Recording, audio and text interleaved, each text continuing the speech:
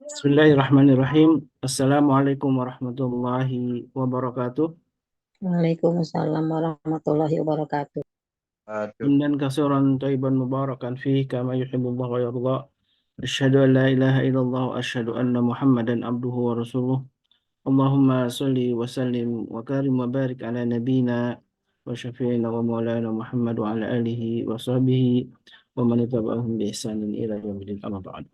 Sahabatku, majlis kalian dirahmati Allah. Alhamdulillah syukurlah kita kembali berjumpa di pagi ini dan mudah-mudahan Allah senantiasa memberkahi kita, kehidupan kita bersama keluarga kita, dan tentunya kenikmatan yang paling agung yang Allah berikan kepada kita adalah keistiqomahan kita dalam majlis ilmu, dan setiap pagi kita bersama guru-guru kita di MKI.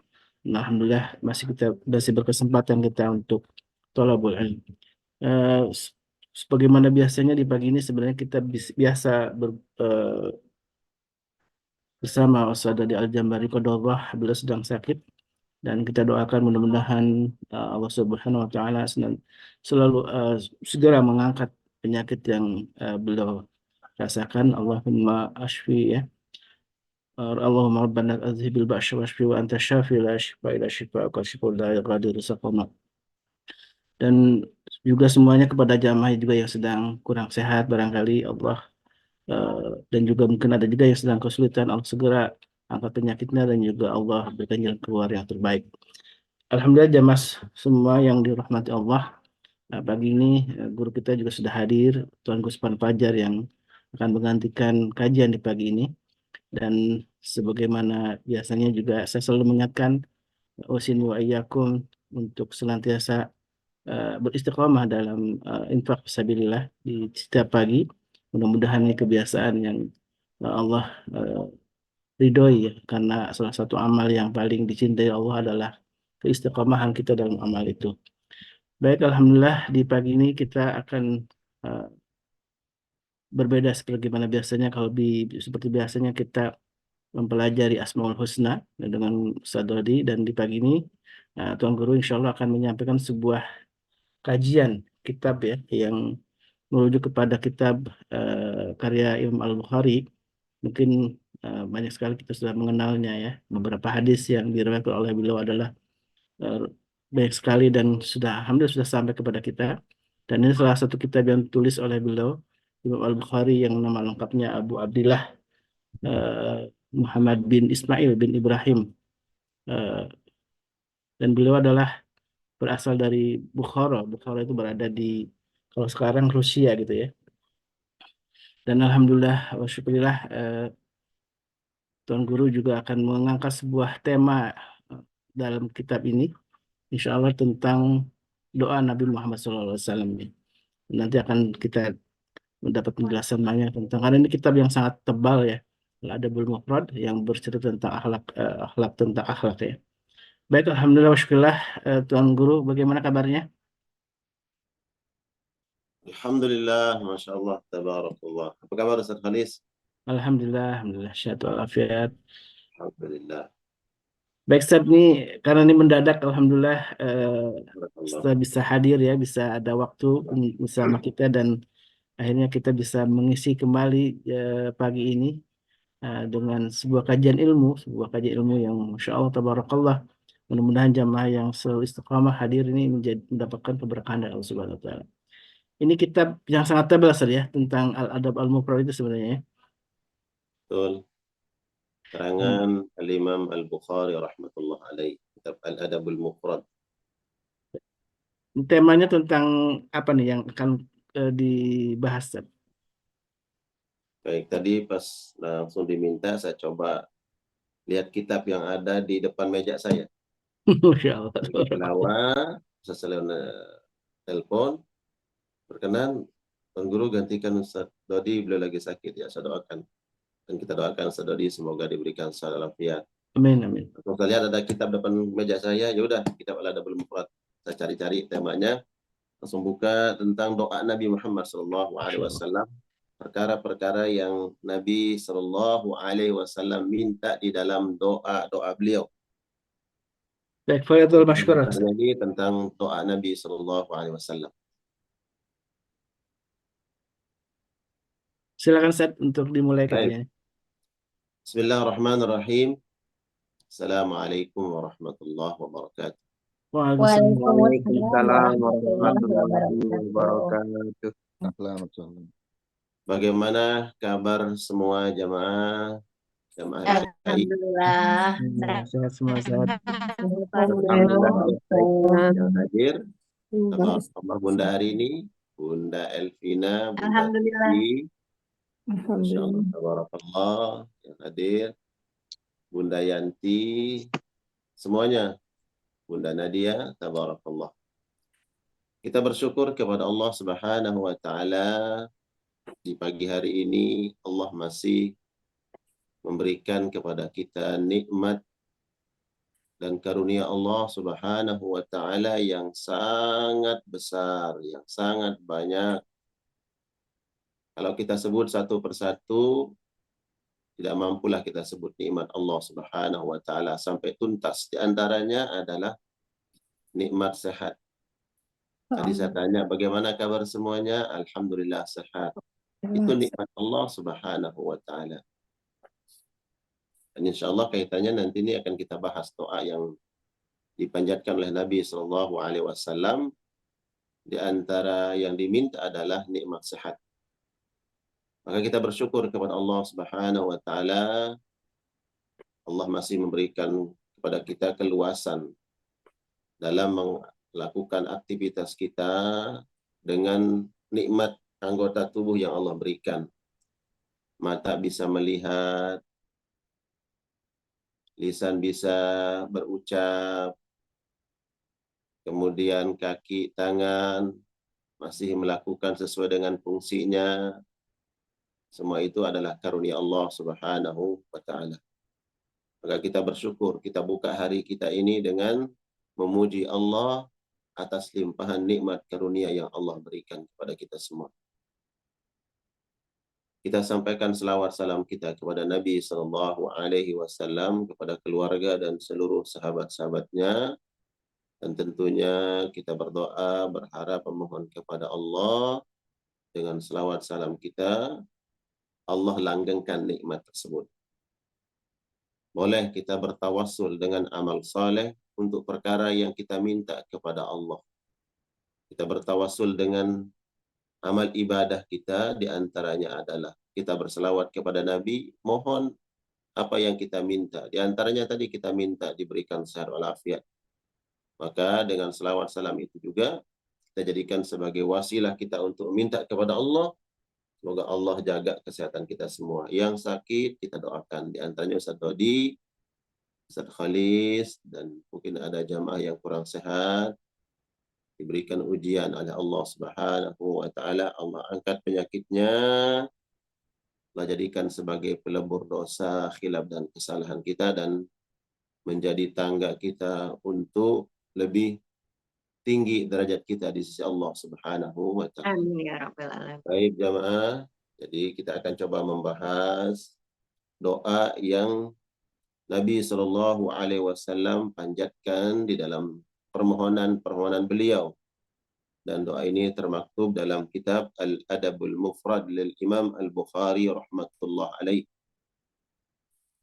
Dari sahabat Abdullah bin Amr radhiyallahu taala anhuma anna Rasulullah sallallahu alaihi wasallam. Sahabat Abdullah bin Amr, semoga Allah meridai mereka berdua, itu Abdullah dan ayahnya Amr bin As radhiyallahu taala anhuma. Anna Rasulullah sallallahu alaihi wasallam kana yukthiru an yad'uwa, di antara doa-doa yang sering dibaca oleh Nabi sallallahu alaihi wasallam. Jadi hadis yang diriwayatkan oleh Abdullah bin Amr sampai ke Imam Bukhari rahmatullah alaihi merupakan doa yang sering dibaca oleh Nabi. Berarti ini doa prioritas. Walaupun sebagian Imam Bukhari sebagai ilmuwan tentunya beliau tidak menutup-nutupi perkara yang terkait dengan ilmu. Walaupun sebagian kata beliau ada yang mendhaifkan hadis ini. Namun dari jalur-jalur yang lain tentunya hadis ini sangat kuat. Nabi Shallallahu Alaihi Wasallam banyak membaca doa ini. Nah, berarti kalau Nabi Shallallahu Alaihi Wasallam sering membaca doa ini, maka isyaratnya adalah ya kita harus membaca dan meminta apa yang diminta oleh Nabi Shallallahu Alaihi Wasallam di dalam doa ini. Jadi ada isyarat di situ. Kenapa yukthiru? Nabi sering berdoa dengan doa ini. Apa yang diminta oleh Nabi Shallallahu Alaihi Wasallam di dalam doanya, Allahumma inni as'aluka as-sihhata. Ya Allah, aku memohon kepadamu, anugerahkan kepadaku kesehatan. Yang pertama yang diminta oleh Nabi sehat dalam doa ini. Banyak doa-doa Nabi Shallallahu Alaihi Wasallam yang Nabi minta tentang dikuatkan keimanan, sebagaimana yang mukallibal qulub sabit qalbi. Kemudian doa-doa yang lain terkait dengan agama, terkait dengan akidah, keimanan, keistiqomahan. Namun di dalam doa ini, poin pertama yang diminta oleh Nabi adalah sehat. Berarti ada isyarat dari Nabi Shallallahu Alaihi Wasallam bahwa sehat merupakan perkara yang urgent, yang penting, yang harus kita miliki. Bayangkan ada dua orang yang melaksanakan kewajiban kepada Allah Subhanahu wa taala. Yang satunya diberikan kesempurnaan dalam melakukan kewajiban tersebut. Karena sehat walafiat, seperti salat.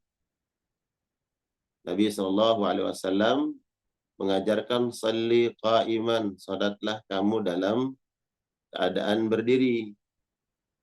Fa illam tastati faqa'idan, kalau tidak mampu ya duduk. Ada yang sehat, dia mampu berdiri dengan sempurna.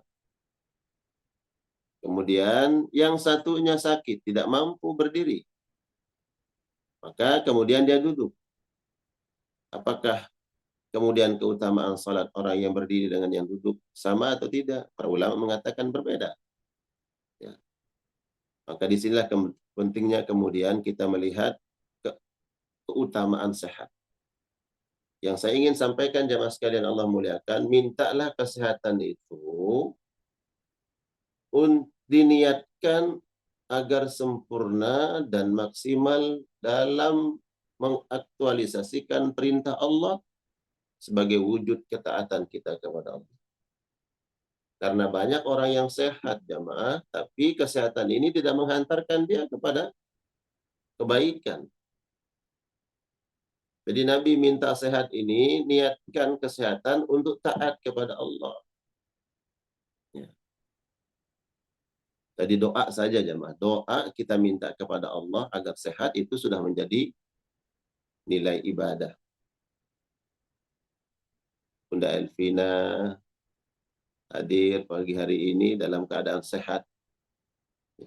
Coba kalau sakit, Bunda Arini mohon maaf tidak bisa hadir, lagi kurang sehat, demam, meriang. Tuh. Jedah kebaikan kita.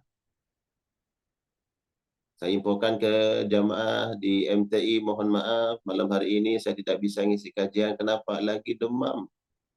Ya, radang, kurang sehat. Terputus kebaikan kita. Nah, inilah pentingnya kemudian kita meminta kepada Allah diberikan anugerah sehat. Tapi bagaimana kemudian nikmat tersebut, nikmat sehat, kita minta kepada Allah untuk kemudian sehat ini kita pergunakan dalam ketaatan kepada Allah Subhanahu wa taala. Nabi Shallallahu alaihi wasallam dalam hadis yang lain menyampaikan bahwa al-mu'minul qawi khairun wa ahabbu ila Allah minal mu'minul dhaif. Seorang mukmin yang kuat lebih baik dan lebih dicintai oleh Allah Subhanahu wa taala dibandingkan mukmin yang lemah. Seorang mukmin yang kuat, tidak sakit-sakitan, lebih dicintai Allah Subhanahu wa taala karena lebih maksimal dalam ketaatan. Kalaupun kemudian kita diuji oleh Allah Subhanahu wa taala dengan penyakit, nah, begitulah cara Allah kemudian mengangkat derajat kita. Ya. Ada nabi yang kuat, ada nabi yang diuji dengan penyakit. Ya, tentu memiliki keistimewaan di antara nabi-nabi tersebut. Kedua-duanya menjadi sebuah jalan untuk kebaikan. Jadi yang pertama jamaah yang diminta oleh Nabi dalam doa ini adalah sehat. Penting untuk minta kesehatan kepada Allah Subhanahu wa taala. Baik, di sini berarti sehat jasadi. Kemudian yang kedua yang diminta oleh Nabi adalah wal aifata. Allahumma inni as'aluka as-sihhata wal aifata. Ya Allah, aku minta kepadamu nikmat sehat jasadi, sehat fisik, wal iffah, dan aku minta kepadamu ya Allah al-iffah. Iffah adalah kekuatan batin untuk menjaga nilai-nilai kehormatan, kemuliaan. Itu disebut dengan iffah. Ya. Seseorang yang mampu mengendalikan hawa nafsu agar hawa nafsu tidak menggiring dia, menjerumuskannya pada lubang atau tempat-tempat kehinaan. Ini merupakan iffah, ya.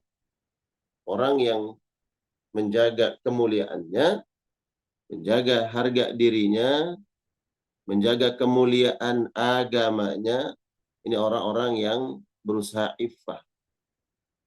Iffah artinya menjaga kemuliaan. Dan Al-Quran hadir jamaah sekalian Allah muliakan, membimbing dan mendidik kita untuk menjaga kemuliaan tersebut. Dan biasanya seseorang akan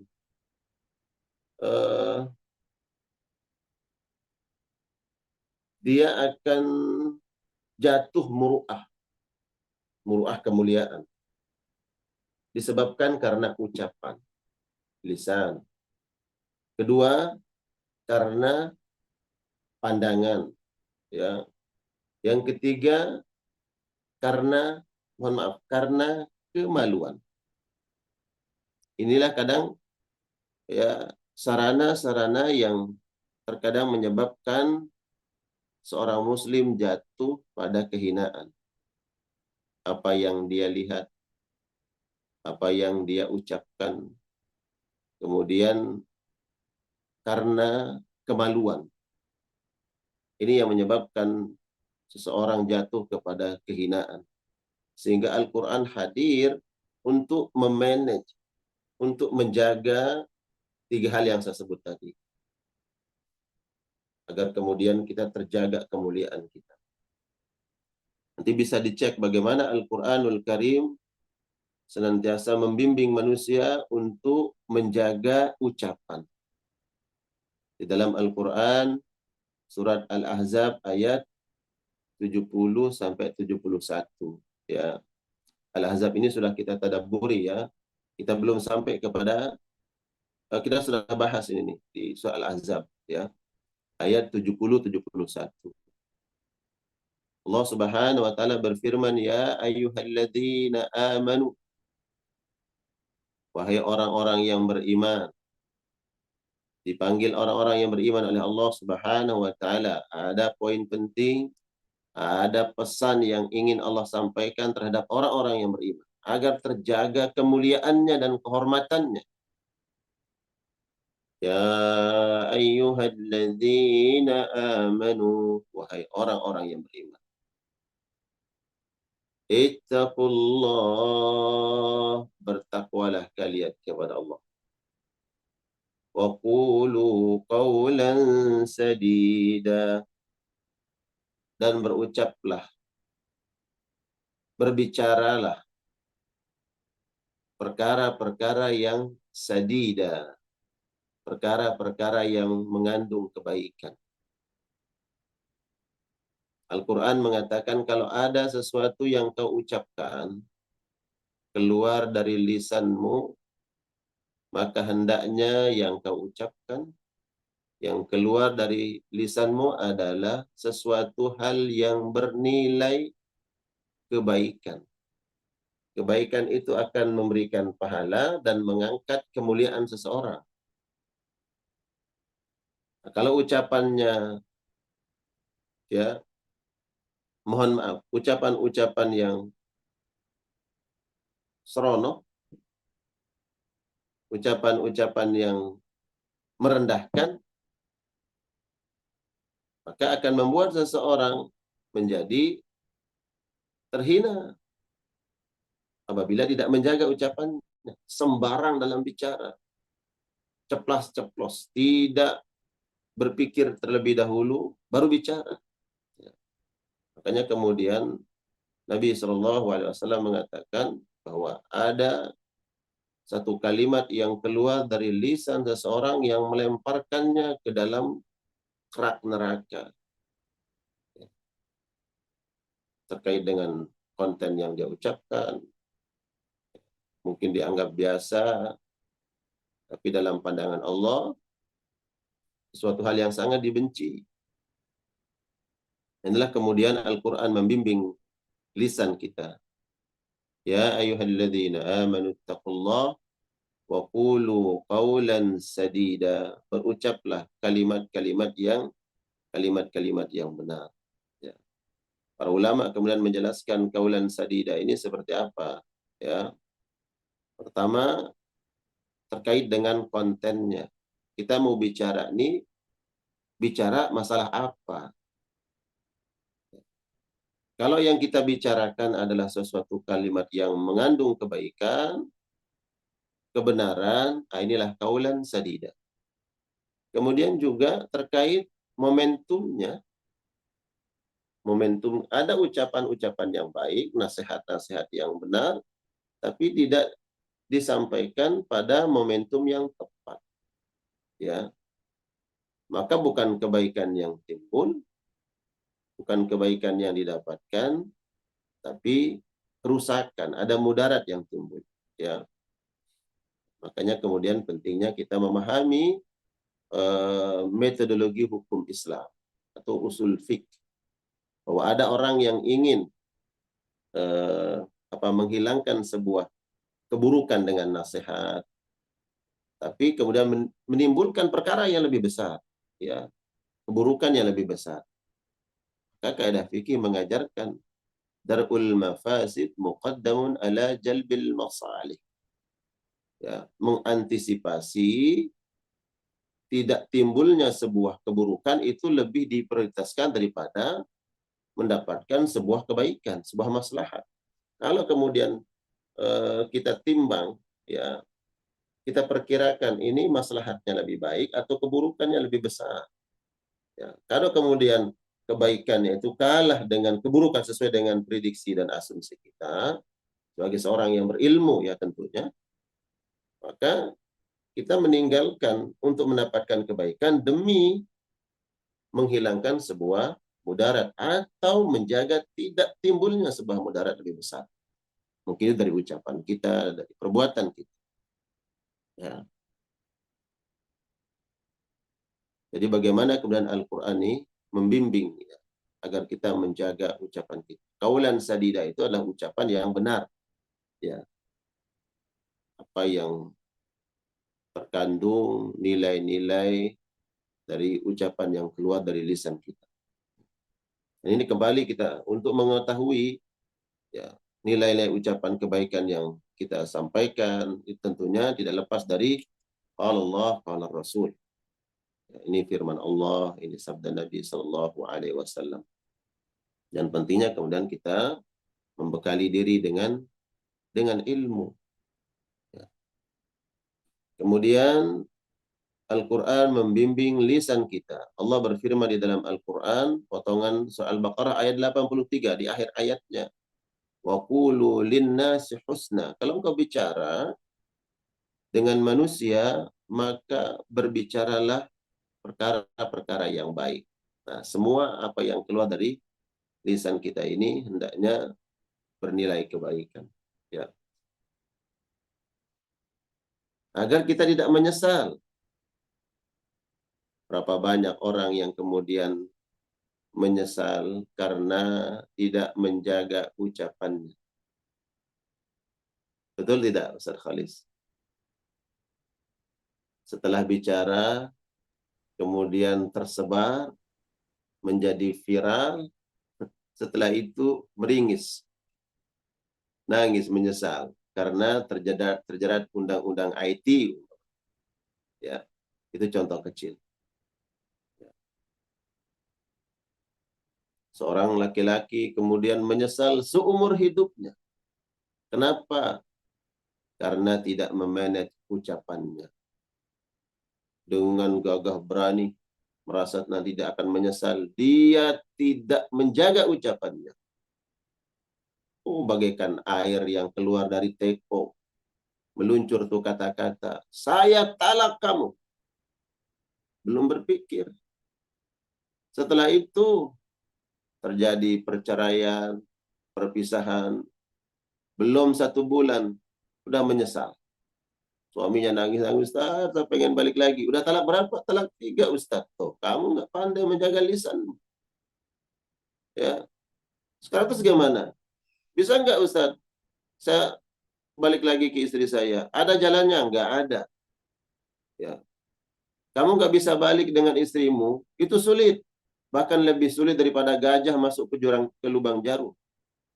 Semaksa ini gajah masuk ke lubang jarum, bisa nggak? Nggak bisa. Kamu kembali ke istrimu, nggak bisa lagi, lebih sulit lagi. Ya. Kenapa demikian? Karena nggak pandai menjaga lisan. Wa qulu linnasi husna. Jaga ucapan. Seorang ibu menangis, menyesal. Kenapa? Setelah berbagai macam kalimat keluar dari lisannya, menghina, membentak, menyakiti anaknya dengan ucapan, Ustaz, saya sudah berkata-kata yang tidak baik kepada anak saya. Saya menyesal melukai hati anak saya. Saya lagi marah, kecewa. Terus gimana sekarang? Ya, anak saya, ya Allah, trauma dan ucapan saya, dengan sikap saya. Terus gimana? Ya Allah, saya menyesal. Udah. Ya, nasi sudah menjadi bubur. Betul, Bunda Alvina? Ya. Ya, bagaimana kemudian kita berinisiatif bubur jangan dibuang, jangan sia-sia. Carikan ayam, buatkan sambal, cari kacang, ada kerupuknya, jadi bubur ayam. Ya, alhamdulillah. Kalau bisa jadi bubur ayam, ada bisa diperbaiki. Ya, betul Bunda Arini.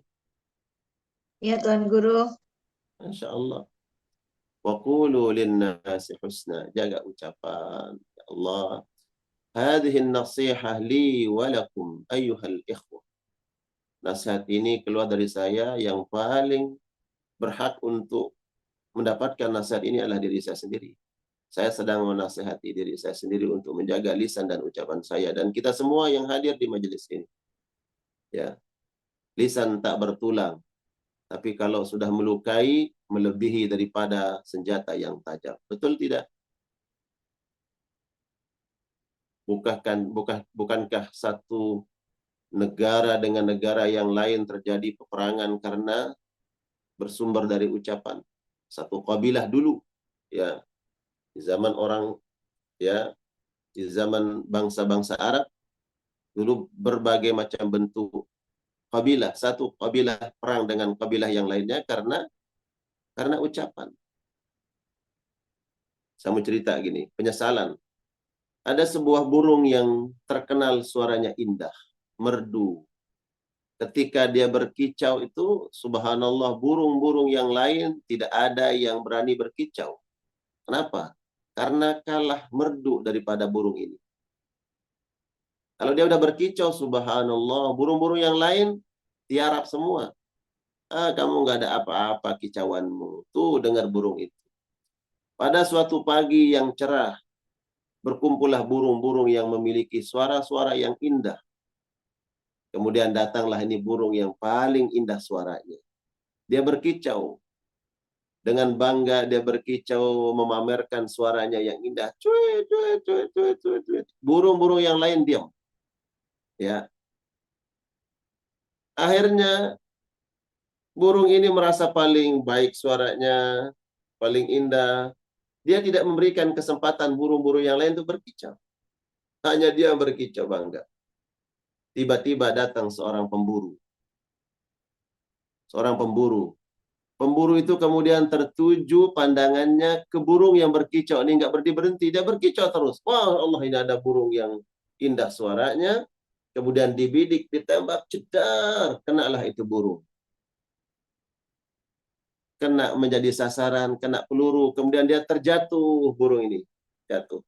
Sampai ke tanah, terkapar, tidak berdaya. Dia mengatakan, salami fi sukuti. Lau sakattu la salamtu.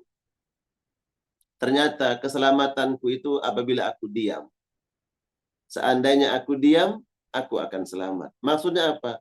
Coba aku diam saja, nggak banyak berkicau, aku nggak akan dibidik sama pemburu itu. Yang lain pada diam, nggak ada yang dibidik, nggak ada ditembak. Saya yang tidak berhenti-berhenti berkicau, memamerkan suara dan indah merdu, saya menjadi bidikan. Akhirnya dia menyesal. Penyesalan seekor burung, Bunda. Kenapa? Karena nggak berhenti-berhenti berkicau. Ada orang ini, hanya dia saja yang bicara. Yang lain, dia tidak berikan waktu untuk bicara. Semakin banyak dia bicara, yang lain pada diam, semakin banyak kesalahan yang timbul. Semakin buruk orang memandang. Nah, ini contoh. Ya, fakis ala zalik. Ya, kemudian kalau memang ruang waktunya dan kesempatan kita harus bicara, kita bicara. Tapi kalau tidak ada waktu, ya memang bukan momentumnya untuk kita bicara, diam saja. Ya, Masya Allah, tabarakallah. Saya pernah mendengar nasihat dari seorang yang saya anggap berilmu, ya, saya beranggap berilmu. Beliau mengatakan begini, apabila engkau hadir di suatu majlis, ya, maka diamlah. Maka diamlah. Kalau apabila kau hadir di satu majlis, maka diamlah. Karena apabila yang dibicarakan adalah sesuatu yang mengandung kebenaran, maka engkau dianggap orang yang setuju dengan kebenaran tersebut. Kalau kita diam, kita dianggap setuju. Artinya kita tidak menginterupsi, ya. Berarti kau dianggap setuju dengan kebaikan. Ya kan? Diamnya seorang menandakan apa? Ustaz Khalis.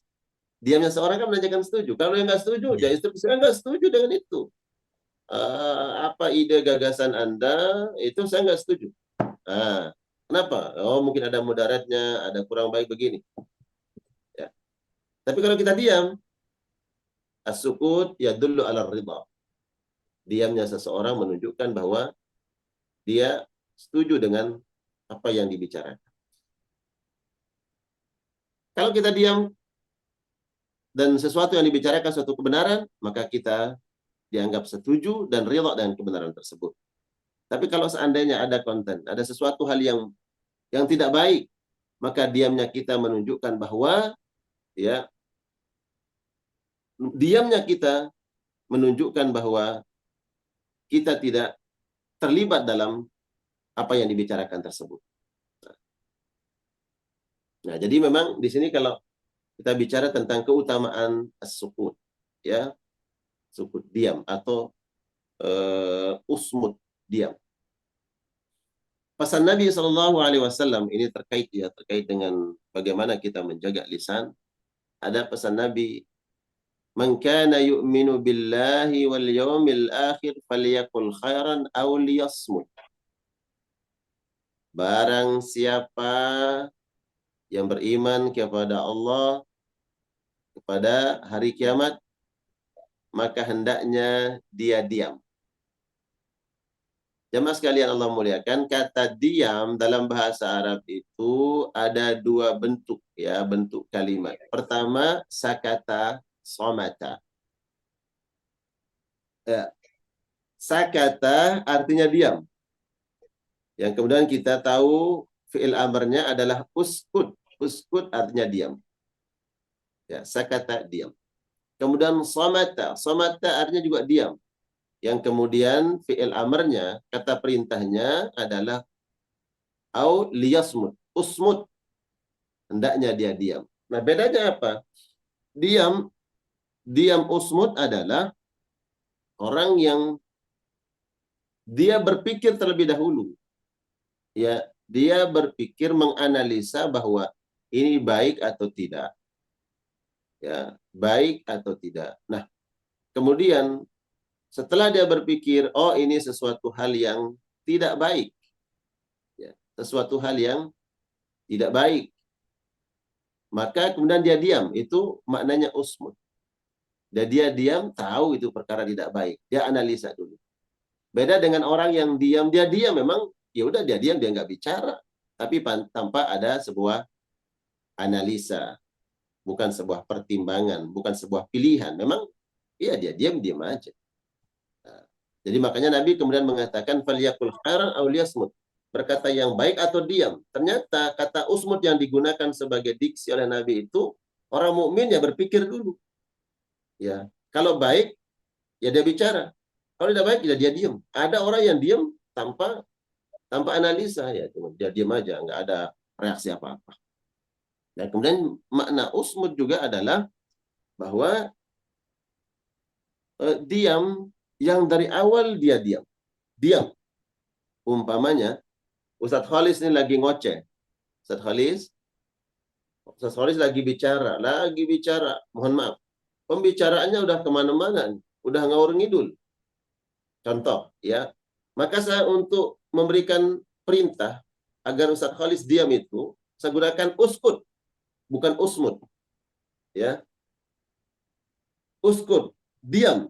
Diam itu bahwa sebelumnya sudah banyak bicara. Dan pembicaranya udah kemana-mana. Maka saya perintahkan untuk uskut diam. Kata uskut konotasinya adalah memberhentikan seseorang agar dia diam karena pembicaraan sudah tidak benar. Maka digunakan kata uskut bukan usmut. Ya. Tapi kalau usmut diam adalah memang dia sebelumnya nggak bicara. Memang dia diam. Ya. Dia diam menganalisa, dia berpikir, udah dia diam aja. Lebih baik dia diam. Nah itu usmut. Dia diam. Beda dengan uskut. Uskutnya orang udah bicara kemana-mana, kemudian diinterupsi, diberhentikan ya untuk bicara. Nah, uskut. Jadi Al-Qur'anul Karim ya mengajak kita untuk menjaga apa yang keluar dari lisan kita. Dan ini doa yang diajarkan Nabi ya, agar menjaga iffah, menjaga kemuliaan. Jangan sampai orang tersebut yang tadinya kita pandang, subhanallah, dia terjaga, dia mulia. Tapi kemudian jatuh dalam pandangan seorang muslim ke jurang yang paling rendah. Kenapa? Karena ucapannya. Ya. Maka kita ini perlu ya, tanda kutip, menjaga image itu perlu nggak, Ustaz Khalis? Iya. Artinya jangan sembarangan bicara. Kepada siapa kita bicara? Ya. Mohon maaf, kita bicara dengan istri, kita bicara dengan anak kita, ya berbeda dengan kita bicara dengan orang lain. Mohon maaf, saya bicara dengan jamaah berbeda ketika bicara dengan teman-teman saya sama Ustaz. Kan begitu. Ya. Ini bagian apa ya? Menjaga. Nabi SAW bercanda dengan istri beliau, bicara dengan anak-anak beliau. Tapi dengan sahabat yang lain tentu beda cara bercandanya Nabi SAW. Ya. Ada ucapan-ucapan yang biasa kita bicara dengan istri, tapi itu nggak terlontar dengan orang lain. Nah, ini menjaga kemuliaan dari ucapan. Kemudian juga menjaga iffah. Subhanallah. Ini menjaga iffah yang kedua adalah Al-Quran memanage kita untuk bagaimana agar pandangan mata terjaga. Ya, pandangan mata ini terjaga. Jangan sampai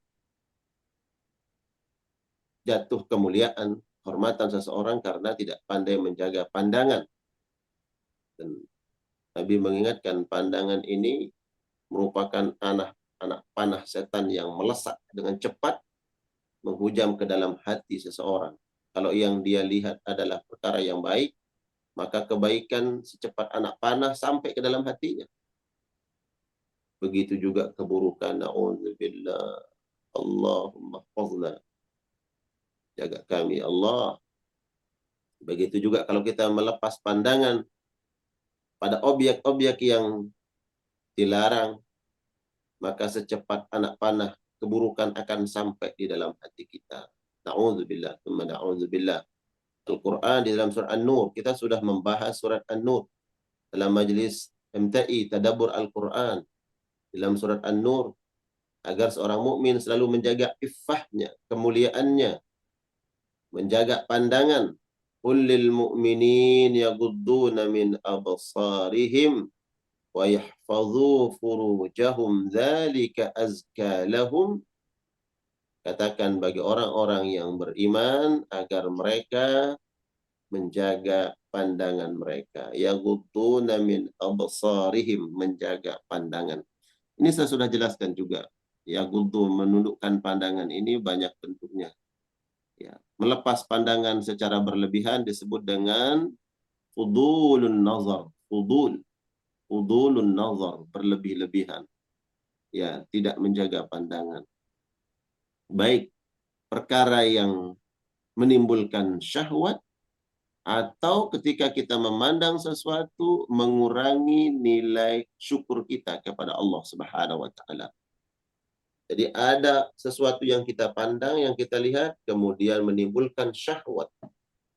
Ada sesuatu yang kita lihat, yang kita pandang, kemudian mengurangi nilai syukur kita kepada Allah Subhanahu wa taala. Maka kedua hal ini harus kita jaga. Ya, selama ini mungkin kita diingatkan perkara yang pertama, bahwa jaga pandanganmu, jangan sampai kau lepas pandangan itu dengan bebas karena akan menimbulkan syahwat. Mungkin poin ini yang selalu kita dengar, tapi jarang mungkin kita mendengar bahwa jaga pandanganmu dalam perkara-perkara yang mengurangi nilai syukur kita kepada Allah Subhanahu wa taala. Ya. Berapa banyak orang yang setelah dia melepas pandangannya terhadap nikmat orang lain, kemudian dia lupa bersyukur kepada Allah dengan mengatakan, saya kok belum punya seperti itu. Kok saya nggak bisa seperti itu. Kok belum. Akhirnya dia lupa nikmat-nikmat Allah yang melekat pada dirinya. Ya. Karena fudulun nazar. Ya. Akhirnya dia lupa. Dia tidak memandang lagi nikmat yang ada dalam dirinya. Apa yang melekat pada orang tersebut akan nikmat-nikmat Allah Subhanahu wa taala. Nah, ini penting ya, sekalian Allah muliakan, untuk kita menjaga. Dan sering kita dengar bahwa apabila seseorang menjaga pandangannya, maka akan terjaga hatinya. Barang siapa seseorang yang tidak menjaga dan tidak memanage pandangannya, maka akan mengotori hatinya. Ya. Jadi pesan Allah Subhanahu wa taala dalam surat An-Nur agar kita menjaga pandangan. Yaghudduna min absarihim wa yahfazu furujahum dzalika azka. Itu membawa kepada kesucian hati, ya. Membawa kesucian. Jadi menjaga iffah, menjaga pandangan. Kemudian yang terakhir dari menjaga iffah ini yang diminta oleh Nabi, wal iffata, menjaga kehormatan, adalah berusaha menjaga kemaluan. Ya, menjaga kemaluan. Bukankah Nabi SAW bersabda, "Idza shallatil mar'ah", apabila seseorang menjaga ibadah salatnya, yaitu muslimah, seorang perempuan yang berusaha menjaga ibadah salatnya yang 5 waktu. Ketika salat ini dimaksud adalah salat wajib. Ya, salat wajib tidak ditinggalkan, dia memanage waktunya, tepat waktu, kemudian menjaga rukun-rukun salatnya, dia berusaha salat dilaksanakan dengan sempurna, sebaik-baiknya. Kemudian dia puasa, ya. Wasamat syahraha, dia puasa di bulan Ramadan. Disebut salat. sholat wajib. Kemudian disebut puasa wajib di bulan Ramadan, ya. Wa hafizat farjaha. Kemudian dia menjaga kemaluannya, ya. Wa ta'at zaujaha, kemudian dia taat dalam perkara-perkara yang benar terhadap suaminya. Dia taat terhadap suaminya dalam perkara-perkara yang tidak dibenci oleh Allah, tidak melanggar syariat.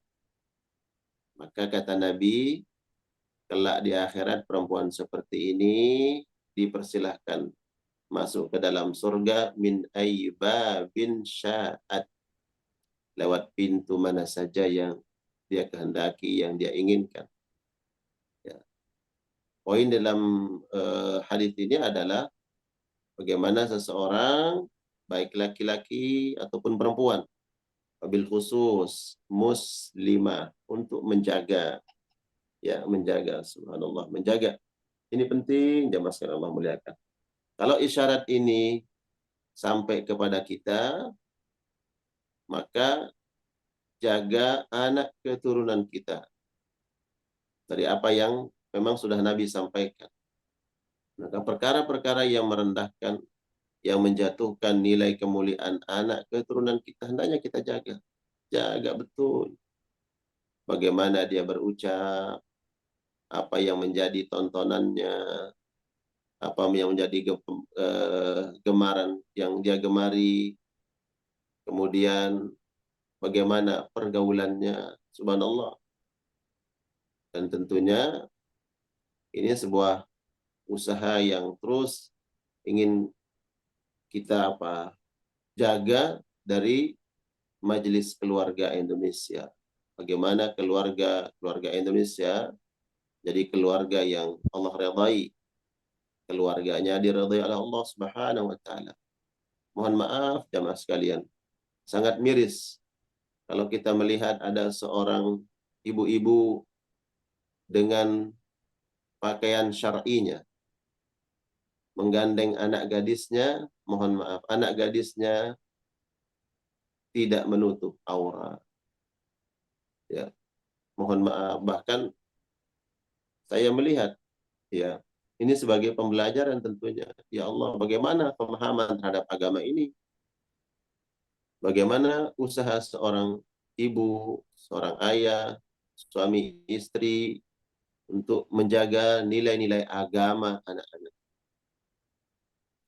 Ibunya, mohon maaf, dengan pakaian syar'i, berkerudung dengan sempurna, tapi anak perempuannya yang sudah akil balik, ya, bukan hanya tidak pakai hijab, tapi terbuka, betul-betul terbuka. Ya, lalu bagaimana kita menjaga hal tersebut? Ya, tentunya kita berhusnuzon, mungkin berbaik sangka, sudah dinasihati, sudah diingatkan, mungkin saja sang anak belum mau patuh, ya, tunduk terhadap perintah Allah dan perintah orang tua. Tapi pentingnya kemudian bahwa kita memahami urgensinya untuk menjaga, baik menjaga harga dan martabat kita tidak terjatuh kepada kenistaan, ataupun kemudian menjaga bahwa jangan sampai ada orang lain yang terjatuh kepada keburukan karena disebabkan perbuatan-perbuatan kita, ya, perbuatan-perbuatan kita. Nauzubillah wa na'udzubillah min dzalik, ya Rabb.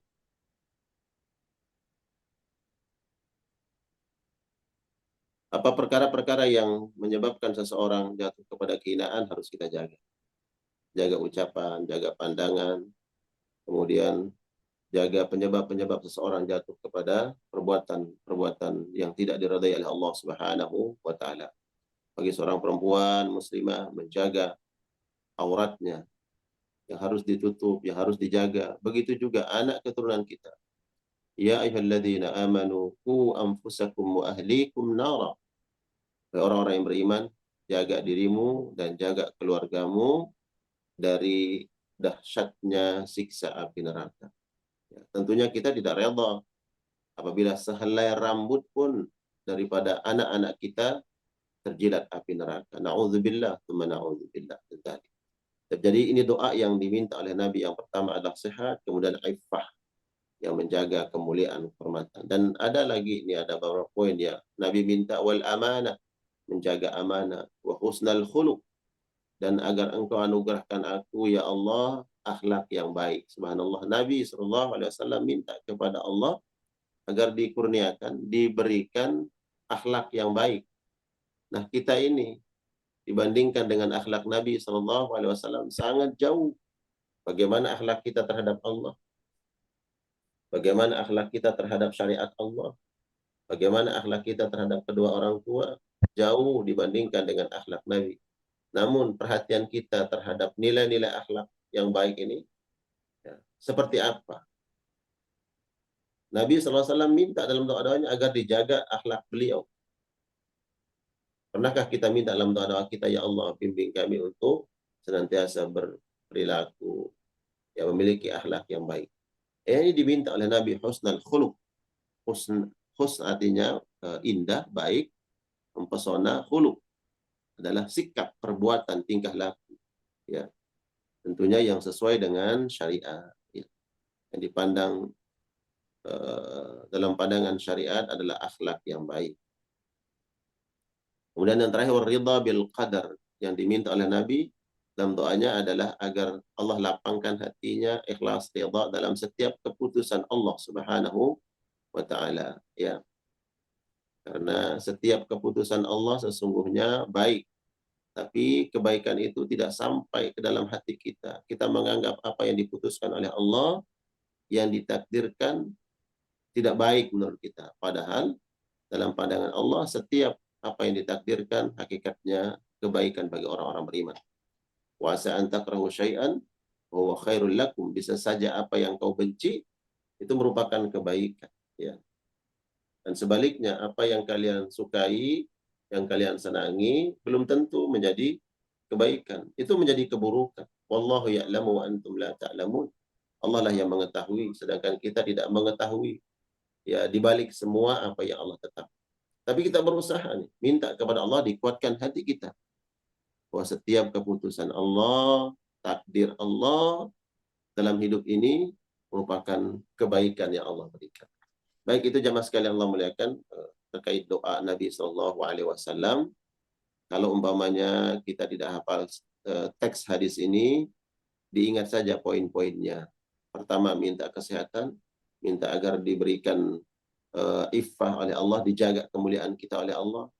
Kemudian kita minta agar senantiasa diberikan amanah.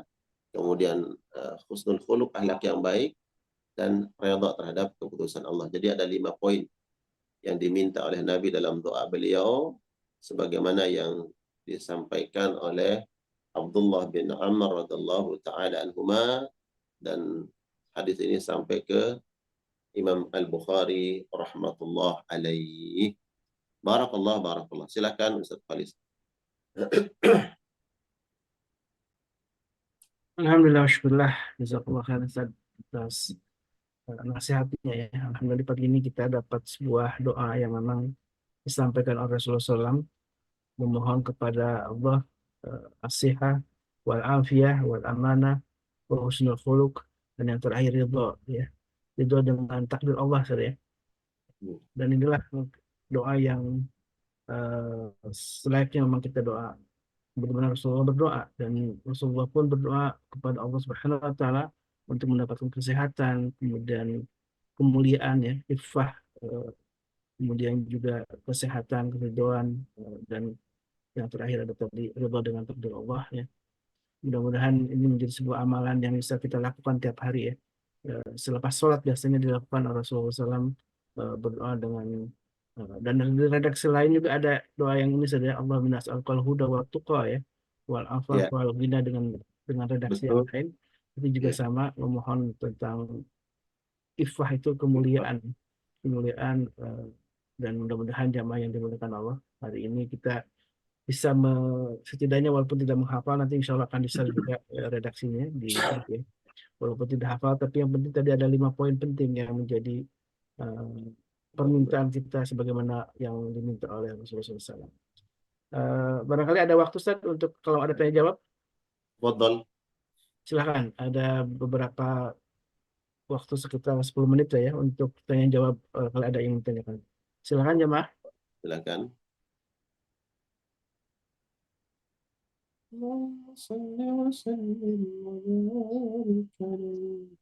Tuan Guru, Ustadz Anda, Holis, Silakan Bu izin. Arini. Barangkali boleh di itu Tuan Guru bahasa apa namanya? Bahasa Poister. Indonesianya gitu Hmm. dari tadi dari doa tadi kesehatan, kemuliaan, amanah, akhlak yang baik. Satu lagi apa Tuan Guru? Saya lupa. Ridho. Ridha dengan takdir Allah. Oh, ridho ya. Ya. Ridha Ridho. bil qadari, ridha dengan takdir Allah. Allahumma inni as'aluka as-sihhata. Yang diminta oleh Nabi as-sihhata, sehat Sehat. ya, wal iffata wa husnal khuluq wal ridha ya, wal amana. Ada 5 poin. Allahumma inni as'aluka as-sihhata, sehat, wal iffata, menjaga kemuliaan, kemudian wal amanata, menjaga amanah, wa husnal khuluq, dan akhlak yang baik, war ridha bil qadari, redha dengan ketetapanmu ya Allah. Tadi ada Ya. 5 poin ya. Ada Baik. 5 poin. Terima kasih Barakallah. Tuan Guru. Terima kasih Ustadz Barakallah. Holis. Yalah. Baik, silakan. Ada yang ingin ditanyakan lagi? Yang lain, silakan. Itu 5 poin penting kalau Allah kabulkan luar biasa ya. Udah lengkaplah hidup ini Ustaz ya. Karena dengan Barakallah. kesehatan, dengan kemuliaan, kemudian tadi amanah, ya, kemudian ridha dengan takdir Allah. Tadi ada husnul khuluq, kemudian ridha dengan takdir Allah. Ridha bil qadar, ya udah itu sudah mencakup sebuah Masya sosok Allah. Betul. pribadi yang paripurna lah katakan begitu ya. Betul. Walaupun mungkin Sehat tidak ini separipurna adalah, Rasulullah ya. betul, sehat adalah nikmat jasadi, Oh, ya kan? Kemudian yang terakhir ridha bil qadari adalah nikmat kesehatan Rohani batin, menerima rohani. ketentuan. Kemudian husnul khuluq itu adalah dicintai oleh makhluk, Ya, ya. akhlak yang baik. Akhlak yang baik, tidaklah seseorang berakhlak yang baik melainkan Allah akan menitipkan cinta dan kasih sayang dalam hati manusia, ya kan? Amanah, amanah yang Allah berikan agar tidak berat tanggung jawab tadi di akhirat. Include lah dunia akhirat kita dapatkan. Kalau yang Nah, di sini kemuliaan ada tadi kemudian bagaimana Tuan Guru? ya, Maaf. balancing Kalau yang ya. kemuliaan, Hmm? kalau yang kemuliaan tadi maaf gimana Tuan Guru? Al-iffah. Oh, Iffah itu adalah menjaga kehormatan, kemuliaan. Walaqad karramna bani Adam. Kami muliakan anak cucu Adam. Jangan sampai kemudian ada suatu ucapan perbuatan yang merendahkan martabat manusia. baik, Kita baik, dimuliakan oleh Allah Subhanahu wa taala. Ya, al-iffah. baik. Makanya Terima seorang kasih Tuan Guru. para sahabat tersebut, ini saya kasih contoh ya. Para sahabat Nabi Sallallahu Alaihi Wasallam yang muhajirin dan ansar. Tahu muhajirin? Muhajirin yang datang ke Madinah ya Tuan Guru ya, yang Betul. Sahabat-sahabat Nabi yang ikut bersama Nabi hijrah dari Mekah hijrah dari ke Mekah ke Madinah. Madinah. Kemudian kelompok Ansar. Kelompok Ansar adalah sahabat-sahabat Nabi asli penduduk Madinah yang Asli menyambut Madinah. saudara-saudara mereka yang hijrah dari Mekah ke Madinah. Di dalam Al-Quran, Allah abadikan 2 nilai akhlak tinggi para sahabat ini. Sahabat Ansar, Allah abadikan dalam Al-Quran, wa yu'thiruna ala anfusihim walau kana bihim khasasah. Nilai akhlak mereka itu, kemuliaan hati mereka adalah mereka mau berbagi dengan saudara-saudara mereka yang datang dari Mekah. Sampai mereka memiliki sifat ithar. Ithar itu adalah dia mengutamakan sahabat-sahabatnya. Bahkan sejarah mencatat, ucapan-ucapan sahabat Ansar mengatakan, wahai saudara-saudara kami yang dari Mekah, ini kami punya sawah ladang. Kalian ambil setengahnya untuk kehidupan kalian, bercocok tanam, silahkan, bertani, silahkan untuk kehidupan. Ambil, ini rumah kami, kalian ambil, mana yang kalian inginkan. Bahkan sahabat sekalian, ada seorang sahabat mengatakan, yang memiliki istri lebih dari satu, dia ceraikan istrinya, tidak pernah terbayang dalam sejarah. Jangan ukur dengan hati kita ya, dengan perasaan kita. Dia ceraikan istrinya agar selesai masa iddah, kemudian agar menikah dengan sahabat Muhajirin. Sampai seperti itu. Tapi ini tidak terjadi sampai begitu. Nah, sahabat Muhajirin, mereka iffah. Tidak mengatakan, oh ya sini mana kebunmu, ya saya ambil. Enggak. Mana rumahmu, enggak. Sahabat iffah. Allah sadaqah. Itu iffahnya para sahabat. Dua nilai akhlak ini dijaga dan dimiliki oleh sahabat Ansar dan Muhajirin. Abdurrahman bin Auf mengatakan, dullani ala suq. Coba tunjukkan kami di mana pasar di sini. Ya. Mereka tidak memanfaatkan kemudian, ya udah sini enggak. Allah Akbar. Itu ifahnya para sahabat dan isarnya sahabat-sahabat Ansar. Ya. Begitu Bunda Arini. Barakallah. Masya Allah. Terima kasih Tuan Guru. Barakallah. Terima kasih Ustaz Faris. Baik, masih ada yang lain? Satu lagi, saya beri kesempatan ya sebelum ditutup. Dan kalau ada yang punya kitabnya, ada Mufrad sebenarnya ada di hadis yang ke-307 ya, saya baca tadi sekilas soal doa. Tergantung ya di bab saya ada syarahnya. Saya punya yang tidak syarah, sebenarnya ini syarahnya. Ini syarah. Ini yang jilid kedua. Oh, Jilid kedua aja begini nih, jilid tebal. kedua. Saya ada yang aslinya yang tanpa syarah. Ya. Jadi saya pakai syarahnya. Ini belum kita jelaskan bagaimana syarah. Ya tadi bagian juga yang saya jelaskan itu di syarah para ulama ya. Ya. Syarahnya itu penjelasan para ulama terkait hadis ini. Baik, alhamdulillah wa syukurillah. Mudah-mudahan Allah Subhanahu wa taala ridho dengan apa yang sudah kita jalani di pagi ini. Salah satunya kita mendengarkan tadi salah satu hadis Nabi, hadis yang mulia dari orang yang paling mulia yaitu Nabi Muhammad SAW. Mudah-mudahan ini bisa kita amalkan, sebuah doa yang sangat luar biasa ya, doa yang ketika kita amalkan akan mencakup semua hal yang sangat penting dalam kehidupan kita. Pertama, hubungan dengan sesama, hubungan dengan Allah Subhanahu wa taala gitu kan. Karena kemuliaan adalah satu target yang menjadi dambaan bagi orang yang mulia tentunya, ifah ya. Baik, jamaah dimulakan Allah, sebelum tutup kembali saya ingatkan satu amalan rutin yang bisa kita lakukan, yaitu sedekah di pagi hari. Mudah-mudahan ini sesuai amalan yang Allah cintai dan kita semua termasuk orang-orang yang selalu pasti bekal khairat ya, untuk berlomba untuk menggapai kebaikan. Salah satunya dengan kita berinfak di pagi hari, dan insya Allah ini yang istimewa karena beberapa bagian infak yang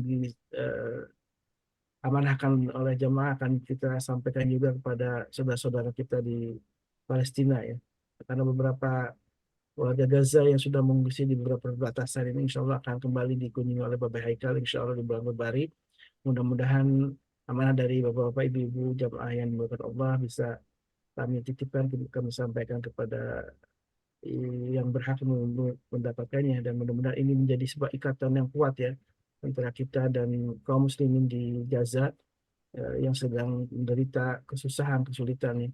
Dan mudah-mudahan ini menjadi sebuah amal yang Allah ridho, amal yang dicatatkan ketika kita di akhirat kelak, amal yang walaupun sedikit tapi rutin kita lakukan menjadi amal yang dicintai Allah dan menjadi amal yang insya Allah kita banggakan. Baik jamaah ini bukan Allah, mari kita tutup kajian ini dengan doa kafaratul majlis. Subhanakallahumma wa bihamdika asyhadu an la ilaha illa anta astaghfiruka wa atubu ilaik. Alhamdulillah. Wabillahi taufiq wal hidayah. Wassalamualaikum warahmatullahi wabarakatuh. Waalaikumsalam warahmatullahi wabarakatuh. Allahumma hamna bil Qur'an waj'alhu lana